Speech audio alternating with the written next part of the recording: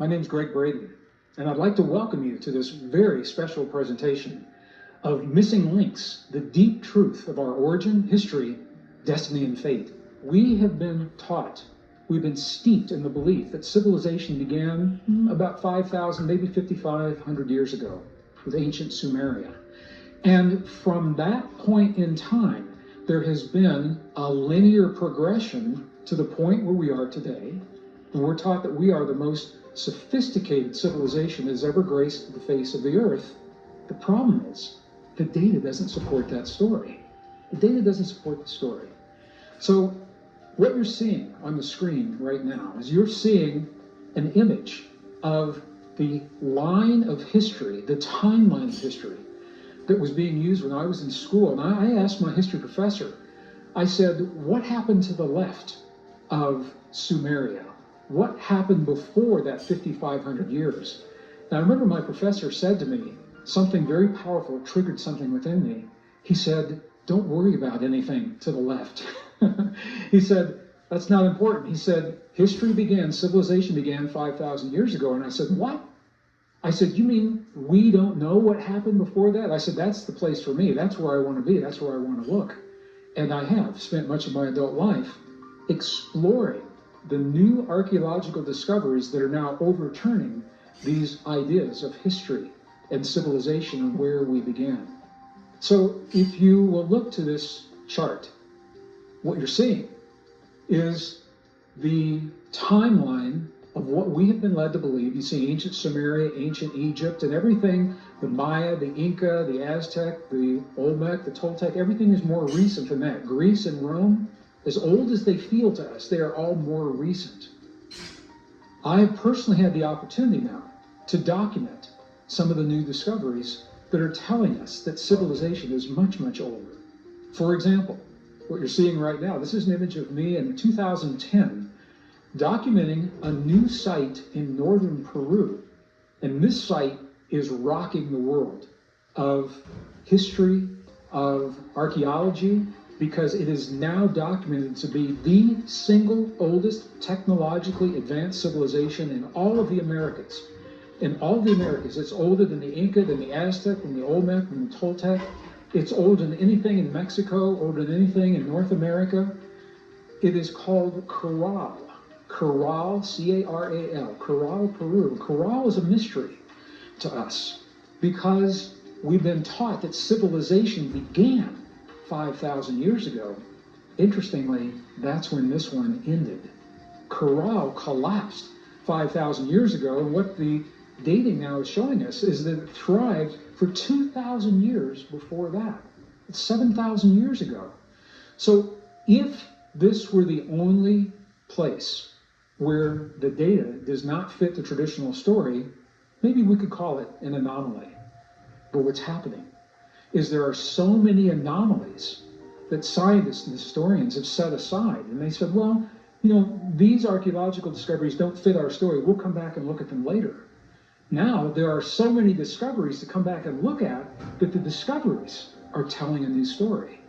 And that new story is what we're talking about right here.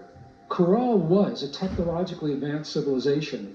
It is about 150 acres, so it's a large site. 5 pyramids, 3 circular plazas like the one you're seeing in the image right now, and a tremendous amount of information in a non-written form.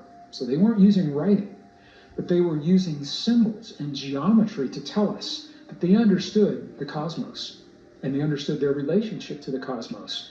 The astronomical markers that remain in Caral today are indicating relationships that were not even known in the Western world until the 20th century, yet this was 7,000 years ago. How did they know? Where did they get their information? So when we think about Caral, that confirmed date, 7,000 years, it's old, but it's not the oldest.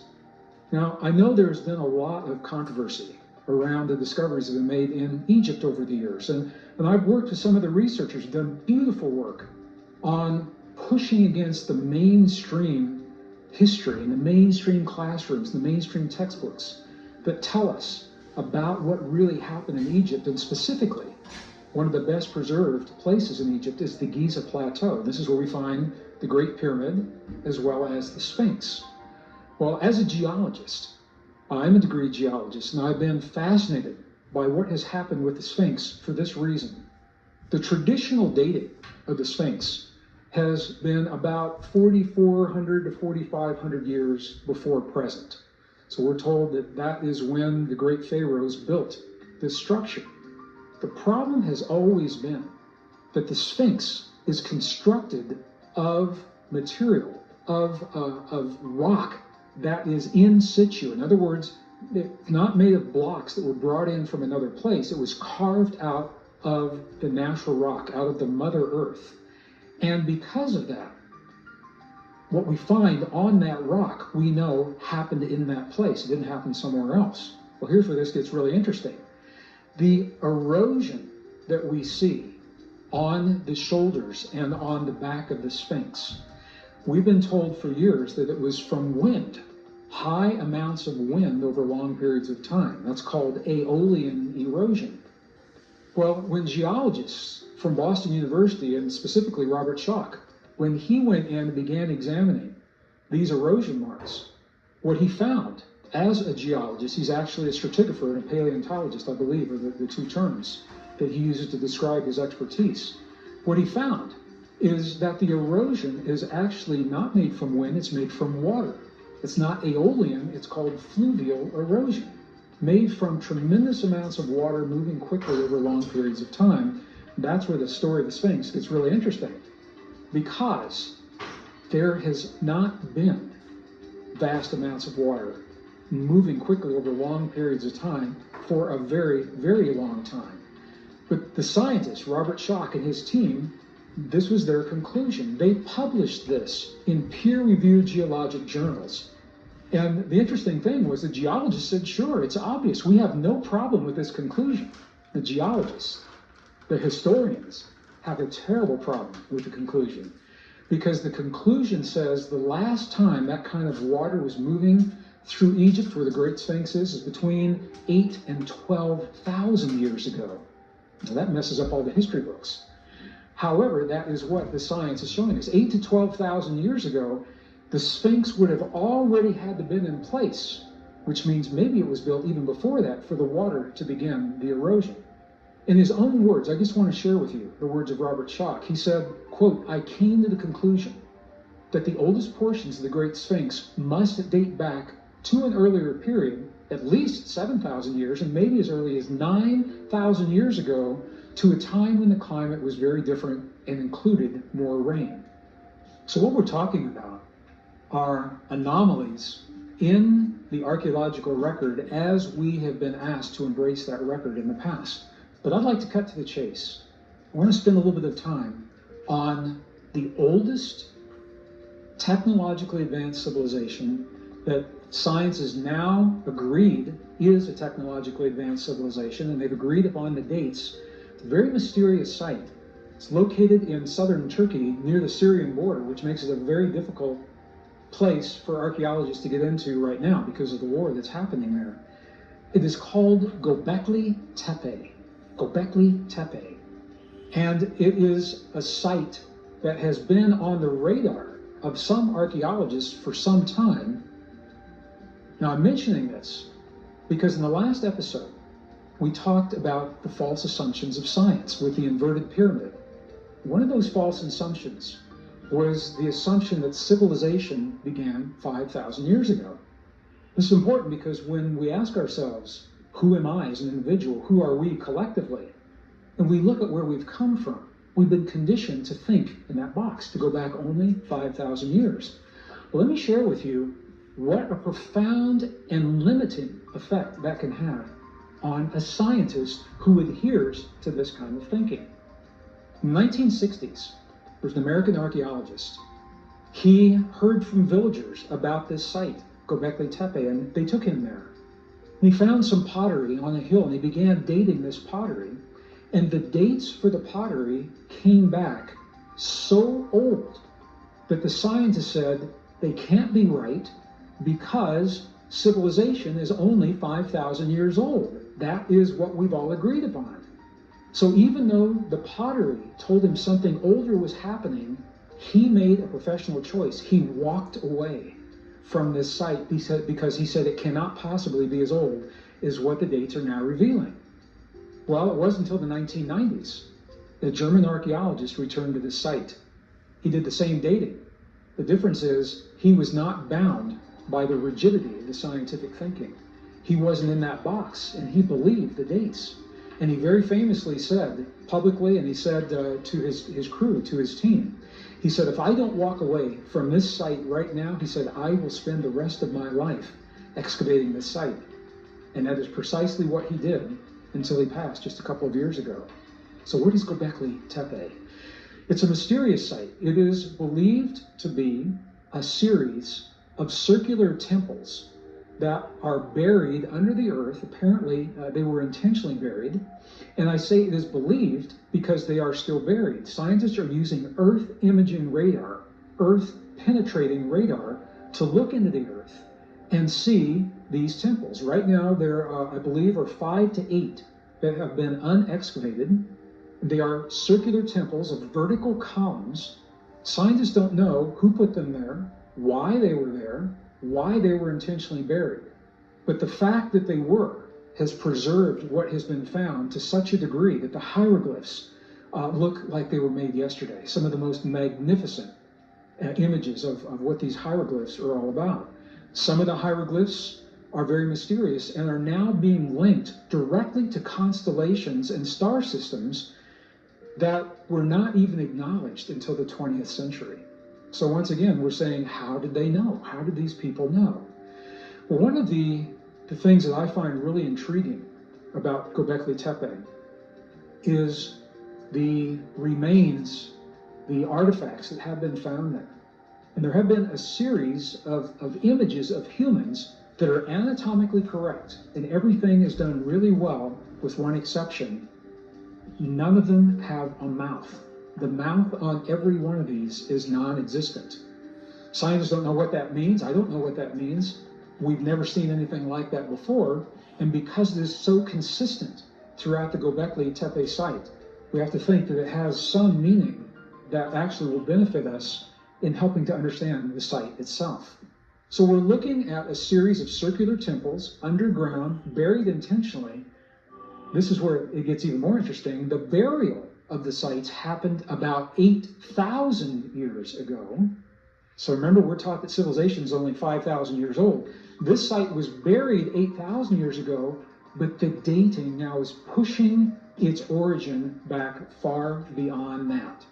The scientific dating for Göbekli Tepe, as it stands right now, is between 11,300 and 11,500 years before present. So we're twice as old as what you and I were taught when we were in school, what we're teaching our young people in the classrooms and from the textbooks today, 11,300 to 11,500. Now, if we begin plugging in some of these dates from what are called the anomalous sites on the traditional timeline, I'm going to do this on your screen so you can see it. What we see, here's Caral in Peru, there is Göbekli Tepe, there is the Great Sphinx, there are other sites, Çatalhöyük, for example, another site in Turkey, or the Gulf of Kambat in India, a fascinating site just off the shore of the Indian continent underneath 120 feet of water. So scientists say either this site was built underwater intentionally, which isn't likely, but you have to say that as a scientist, or it once was above water and became submerged when the sea levels rose. Well, that brings up a problem for history because the sea levels rose at the end of the last ice age when the ice melted and the water raised the sea levels. That was 12,000 years ago. So the Gulf of Kambat, a very mysterious site. It is huge. It is 5 miles long. It's 3 miles wide. And scientists now very, very interested in excavating this. The problem is it's all underwater and it adds to the complexity. So I'm just mentioning this so you can see it's not just about Caral, it's not just Göbekli Tepe or the Sphinx, but there are many sites now that don't fit this historic model. As a geologist, I like to see what's happening on the Earth when the civilizations are happening in the way that they are. So what I'm doing is I'm drawing for you now on the chart, the blue shaded box that is the last ice age, and it ended about 12,000 years ago. Göbekli Tepe being dated to 11,500 years, that is the date that scientists have now. However, they have yet to excavate to the bottom of the site. So they believe that when they get to the bottom of Göbekli Tepe, we're going to be looking at around a 13,000-year-old archaeological site. That pushes it into the last ice age. We are now talking about a technologically advanced civilization dating back into the last ice age. So what I'd like to call your attention to is when you look at the chart, I'm drawing the red lines that represent the 5,000-year cycles that we talked about in an earlier episode. These are 5,000-year cycles. They were known by Mesoamerican traditions, the Aztec, the Maya, the Inca. These are the 5,000-year cycles that were the focus of the 2012 phenomenon and the Mayan calendar. So on the chart, what you're seeing, the red line to the right, that is the most recent 5,000-year cycle completion. That was 2012. So as you go to the left, you see when it began, and interestingly, when that cycle began, the space between the beginning and the end of this 5,000-year cycle encompasses everything that we have been taught about the history of the world. What we have been led to believe is the history of the whole world forever is actually only the history within the most recent 5,000-year cycle. There was another one before that, another one before that, another one before that. And what scientists are also finding is that it is at these 5,000-year cycles when the climate changes. And that climate change is very, very similar to the climate change that we're seeing right now. It may be the trigger for the beginning of some civilizations and the end for others. As the climate changes, the way our ancestors grew their food changed, and they had to find new ways to take care of themselves and to feed the large populations for some of these sites. So now what we're looking at is we're looking at civilization in 5,000-year cycles, rather than a linear event that happened once and evolved into the sophisticated state that we see today. We're looking at the beginning and the end, and the beginning and the end, and the beginning and the end of technologically advanced civilizations in the past. This opens the door to a lot of possibilities.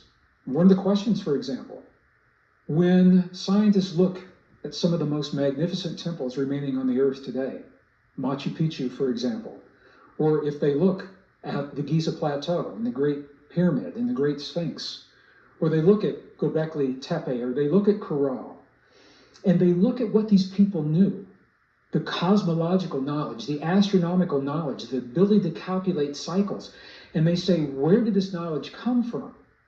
The understanding of these cycles may be giving us a clue, because it's possible now that our most technologically advanced civilizations had a knowledge that was perpetuated from one civilization, and as it collapsed, remnants became the next civilization, and it collapsed, remnants became the next civilization, and in that way, we are looking at a timeline and a heritage of knowledge of the cosmos and wisdom of us, who we are and where we've come from. Now, I have to say something here. When people look at this, the idea of cycles and technologically advanced civilizations, two questions inevitably emerge. What about Lemuria? What about Atlantis? I'm sharing what I know to be true with you through the language of peer-reviewed science as we know it today. Now, my personal opinion, I believe there were advanced civilizations before. It may have been called Lemuria and Atlantis, and I think we're probably finding evidence of that. However, it is not yet accepted by science. It is not yet peer-reviewed. So I want to mention that, and this is important, because in our next episode, we'll take the exploration of our past back even further in time, to a time when modern science tells us that all that existed were the microscopic precursors of ancient amoeba. The question is, how do we explain sophisticated artifacts that we find linked to that very same point in time, to that same time in history, and the growing body of evidence that simply does not fit the traditional story of our past?